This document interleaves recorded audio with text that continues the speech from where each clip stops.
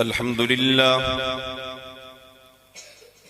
لله وحده والصلاة والسلام على من لا نبي بعده.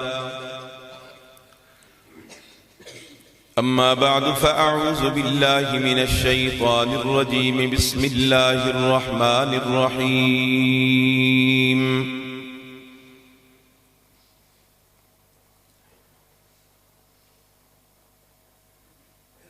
ويوم يعض الظالم على يديه يقول يا ليتني اتخذت مع الرسول سبيلا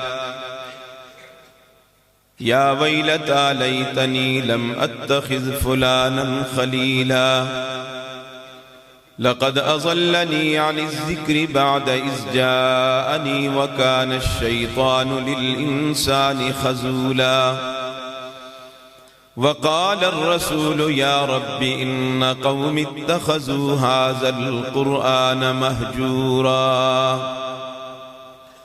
صدق الله مولانا العظيم. وقال النبي صلى الله تعالى عليه وسلم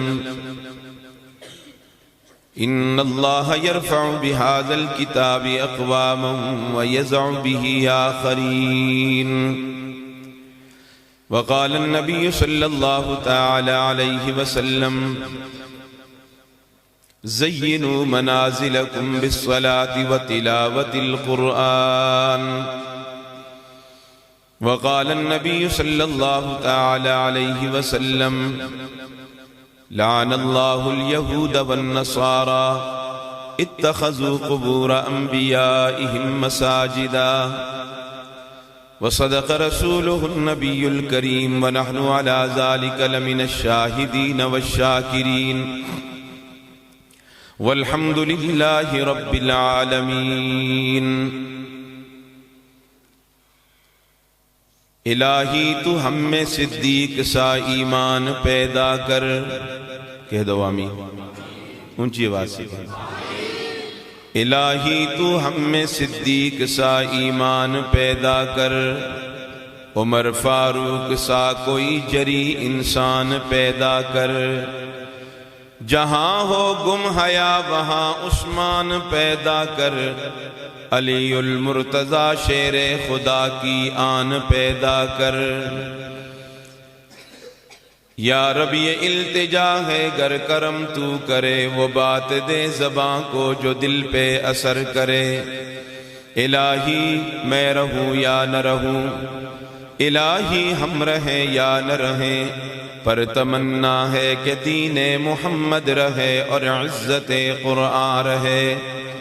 ان اللہ وملائکتہ یصلون علی النبی یا ایہا الذین آمنوا صلوا علیہ وسلموا تسلیما. اللہم صلی علی محمد وعلی آل محمد کما صلیت علی ابراہیم وعلی آل ابراہیم انکا حمید مجید. اللہم بارک علی محمد وعلی آل محمد کما بارکت علی ابراہیم وعلی آل ابراہیم انکا حمید مجید. صدر محفل پہ کر اخلاص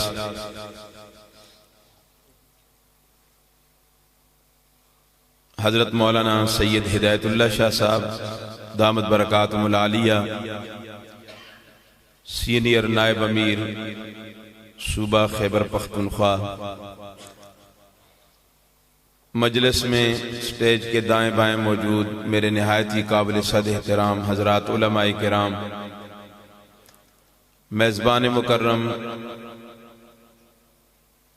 نہایت ہی مخلص و بیلوس حضرت مولانا آصف صاحب، حضرت مولانا رفاقت صاحب، منتظمین مدرسہ، معززین علاقہ، میرے محترم بزرگوں، مسلمان بھائیوں، دوستوں، عزیز نوجوان ساتھیوں، ہر سال الحمدللہ آپ کی اس شہلیہ گاؤں میں اس مدرسے سے، اس مسجد سے قرآن پڑھنے والے تیار ہو رہے ہیں. میں سب سے پہلے ان بچوں کو جنہوں نے اپنی پسلیوں میں، اپنے سینوں میں اللہ کا قرآن محفوظ کیا ہے، دل کی اتھاہ گہرائیوں سے ان کو مبارکباد پیش کرتا ہوں، خراج تحسین پیش کرتا ہوں۔ پھر ان کے والدین کو، ان کے اساتذہ کرام کو، ان کے رشتہ داروں کو، آپ سب اہل محلہ کو مبارکباد پیش کرتا ہوں۔ حقیقت یہ ہے کہ کچھ خوشیاں ایسی ہوتی ہیں جن کا تعلق ایک فرد کے ساتھ ہوتا ہے یا ایک خاندان کے ساتھ ہوتا ہے۔ قرآن مجید کی خوشی کا تعلق یہ ایک فرد کے ساتھ نہیں، یہ پورے محلے والوں کے لیے، حاضرین مجلس کے لیے، رشتہ داروں کے لیے، والدین کے لیے، اساتذہ کے لیے یہ خوشی کا اور مسرت کا موقع ہے، اور اس خوشی میں سب شامل ہیں۔ وہ رشتہ دار بھی شامل ہیں کہ جنہوں نے کبھی 10 روپے ان کے جیب میں نہیں ڈالے ہوں گے،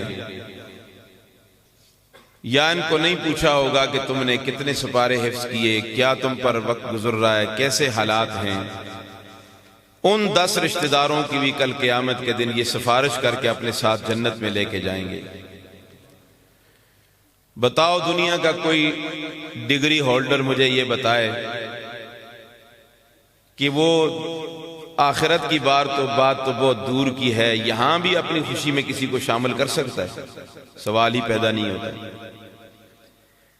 لیکن قرآن مجید کا وہ اعزاز ہے، یہ وہ عظمت ہے کہ ایک خاندان میں ایک قاری اور ایک حافظ تیار ہوتا ہے، جہاں جاتا ہے وہ قرآن سناتا ہے، قرآن پڑھتا ہے، مصلی پہ کھڑا ہوتا ہے، پورے خاندان والوں کے لیے وہ عزت کا باعث ہوتا ہے۔